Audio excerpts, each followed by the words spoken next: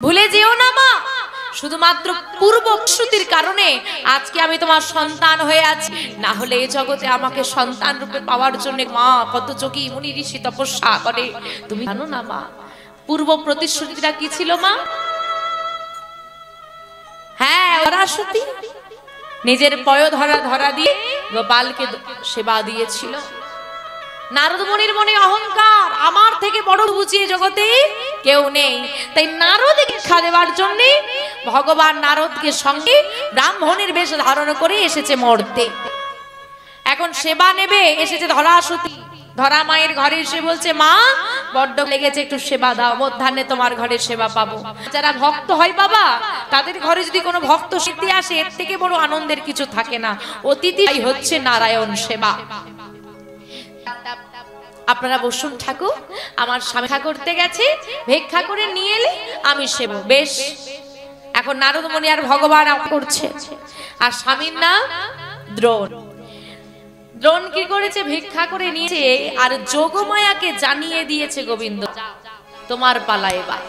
আর যোগমায়া ওই দ্রোণের যে ভিক্ষার ঝুলি ছিল তার মধ্যে প্রবেশ করে একটা ছেদ করে দিয়েছে। আর যেই না ছেদ করে দিয়েছে, যা ভিক্ষায় পেয়েছে পড়তে পড়তে পড়তে পড়তে এসেছে। আমি যেই না ঘরে এসেছে, স্বামী কি তাড়াতাড়ি দাও, ঘরে বৈষ্ণব ঠাকুর সে আছেন, সেবা দেব আমি, দাও।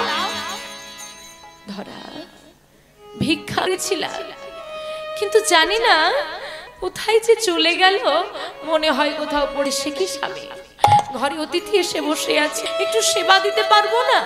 কি করি বলো তো, বড় অপরাধ হয়ে যাবে। আমি কথা বলি, ধরা আমি এক্ষুনি ভিক্ষা করে এসে আমাকে আর কেউ ভিক্ষা দেবে না, তুমি দুটো ঘর ভিক্ষা করে আনো, আমি যাব। হ্যাঁ তুমি যাও, আজকে বৈষ্ণব সেবা দেবে। মা নিজে আঁচল পেতে দরজায় দরজায় ঘুরছে, কিন্তু মাগো ভনের লীলা, কেউ এই মধ্যাহ্নকালে তাকে ভিক্ষা দিল। অবশেষে দেখছে গঙ্গার বাড়ি একজন মুদিখানার দোকান খুলে বসে আছে। কে বসে আছে মুদি দোকান খুলে? ভোলানাথ মুদিখানার দোকানে বসে আছি। আমার ধরা মাগিয়ে করে চড়েছে। ও দোকানদার, বলবা আমায় কিছু ভিক্ষা দেবে? ও মা, এটা কি আমার ঘর যে তোমাকে ভিক্ষা দেব? এটা আমার দোকান। আচ্ছা বেশ, কিছু আমাকে ধার দাও, আমি পরে তোমায় শোধ করে যাব। না না না না না না, আমি আমার দোকানে কাউকে ধারে জিনিস দিই না। কিন্তু আমার কাছে শোনে, ঘরে বৈষ্ণব ঠাকুর বসে আছে, কিছু ধার দাও, আমি দিয়ে যাব গো। আমার কোনো উপায় নেই যে বৈষ্ণব হয়ে যাবে। বেশ, ধার আমি দিতে পারবো না, তবে তুমি যদি আমার কিছু বন্ধক রাখো তাহলে আমি ধার দিতে পারি। কিন্তু তোমার কাছে বন্ধক রাখার মতো কাছে কিছু নেই। অনেক আছে। কি আছে বলো? তোমার এত সুন্দর দেহটা তো আছে। তুমি যদি তোমার একটু ধরা আমার কাছে জমা পারো, আমাকে দান করতে পারো, তাহলে এইখানে যা যা আছে তোমার যা পছন্দ হয় ততটা পরিমাণ সেটাই নিয়ে চলে যাবে। কি গো মায়েরা, তোমরা শুনলে কি করে মাথা খারাপ? ভক্ত এমন, এই দেহের অধিকার আমার, তাকে না জিজ্ঞেস করে আমি দেব না। ছুটতে ছুটতে ঘরে এসেছে স্বামী। বৈষ্ণব সেবা দিতে গিয়ে যদি আমি আমার এই দেহের অঙ্গ দান করে দিই, তোমার কোনো অসুবিধা আছে? না, বৈষ্ণব সেবা দেবে তুমি, বৈষ্ণব সেবাটা আগে। বাবা দ্রোণ কেমন ভক্ত, বলছে দেহের একটা আমি দান করে দেব। বলছে আগে বৈষ্ণব সেবা করে দাও। দেহ তো তুচ্ছ, এটা তো আগুনে পুড়াই হয়ে যাবে, কিন্তু তোমার অপরকে কোনো আগুনে পুড়িয়ে তুমি ছাই করতে না। ছোটতে ধরা সতী এলেন, একটি ধারালো চাইলেন, ভোলানাথ তুলে দিলেন অস্ত্র, একটি সন ছেদন করে ভোলানাথের দান করে দিলেন ধরা সতী। তাই গৌর হরি হরি, চাল ডাল লুচি ভরে নিয়ে চলে এলেন ধরা মায়ে, রন্ধন করে আমার গুরুদের সেবা দিলেন। আর গোবিন্দকে সেদে গিয়ে একটা অঙ্গ কেটে দিয়ে দিলে কত রুধির ঝরে বলো তো? আমাদের সামান্য আঙুল কেটে গেলে কত রক্ত পড়ে। ওই এক রুধিরের ফোঁটা যেই না পড়েছে ভগবান জিজ্ঞেস করেছে কি এই রুধিরের ফোঁটা কোথা থেকে? ধরাসতী বলতে পারছে। ভগবান বলছে মা আমার সন্তানের মতো আমাকে তুমি বলো। যেই না বলেছে আমি তোমার সন্তানের মতো মা আমাকে বলো, তখন ধরা মা কাঁদতে বলছে ওগো বৈষ্ণব সেবা দিলে আমি একটা আমার স্তন বাঁধা দিয়েছি। ভগবান নারদ মুনিকে ডেকে বলল নারদ এত বড় ভক্ত ধরা ধামে আছে, নিজের দেহের বিনিময়ে আমাকে এর থেকে বেশি ভালোবাসি তুমি আমার না প্রভু ভক্ত হতে পারি। ভগবান পেলেন বলো ধরা মা কি চাও? কিচ্ছু চাই না, তুমি আমারে এসেছো আমি তোমাকে সেবা দিয়েছি, একে বড় সৌভাগ্য কিছু হতে পারে না, এর থেকে বড় আর কি চাই? বেশ তুমি যেমন আমাকে তোমার স্তন বাঁধা দিয়ে সেবা দিলে আমার এই স্তনের ঋণ শোধ করবো, স্তন সেবা তাই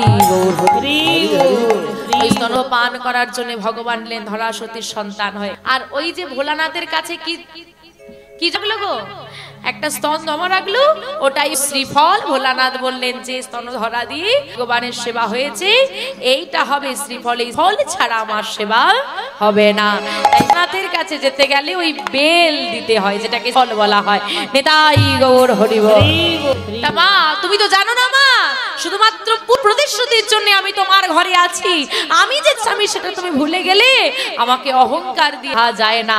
মা ব্যর্থ হয়ে বললেন গোপাল আমি বুঝেছি তুই নিজে কারো কাছে পড়তে না চাইলি তোকে বাধা সম্ভব। মা যখন গোপালের কাছে আত্মসমর্পণ করলো ছোট্ট দড়িতে গোপাল বাধা পড়ে গেল। তাই বললেন এটা কি দড়ির বাধা, এটা হচ্ছে ভক্তদেরকে কি বললেন, যদি কেউ নয়ন জলের বাধা দিয়ে অহংকার ত্যাগ করে গোবিন্দকে বাঁধতে পারে গোবিন্দ তাদের সারা জীবন বাধা থাকে। তাই এই দামোদর মাসে যদি কেউ অহংকার পরিত্যাগ করে আমার গোবিন্দকে ডাকে সহবিন্দের কৃপা পাওয়া যায়। এই দামোদর মাস হচ্ছে অফারের মাস, একবার তুলসী প্রদক্ষিণ করলে 100 বারের ফল পাওয়া যায়। দ্রৌপদী এই সেই ভগবানকে ওই শাড়ির আঁচল ছিঁড়ে দিয়েছিল মনে পড়ছে, আর ওইটুকু শাড়ি দামোদর মাসে দিয়েছে, তাহলে শতাধিক গুণ হয়ে যাবে। তাই ভগবান দ্রৌপদীর লজ্জা নিবারণ করবে শত সহস্র বস্ত্র দান করেছিল। তাই এই মা তুমি ভগবানের নামে যা দান করবে, যা দান করবে, বস্ত্র হোক অন্ন হোক অর্থ হোক যা দান করবে শত সহস্র হয়ে তোমার কাছে ফিরে আসে। এটা গোবিন্দের আশীর্বাদ। হৃদের প্রদীপ জ্বালি গোবিন্দের আরতি করবে আর প্রত্যেকে একটি করে বৃক্ষ রোপণ করবে। আর কি বলবে রাধা গাও তোমরা, তাহলে আমার সঙ্গে একটু গাও দেখি। দামোদর দয়া করো হে রাধা, দামোদর দয়া করো হে রাধা, দামোদর দয়া করো হে, দামোদর দয়া করো হে, আমায় দয়া করো দয়া করো হে। আরে এভাবে ডাকলে তো রাস্তার লোক শুনতে না, ভগবান তো অনেক দূরে শুনবে কি করে? এই লো ভোল্টেজে গাওয়া হচ্ছে, চিৎকার করে গাইতে হবে যেন গোবিন্দও সেখান থেকে শুনতে পায়, তবে না কৃপা হবে। আমি তাকে ডাক চিনতে পারলে তো কৃপা হবে, সে তো জানতেই পারবে না। তোলো হাতগুলো বড় বড় করে একদম দেখি, বাবারা হাত তোলো, বাবাদের হয় না। এইখানে অনেক কষ্ট করে কীর্তন শুনতে বসেছে, গাইতেই হবে। দেখি গাও দেখি সবাই।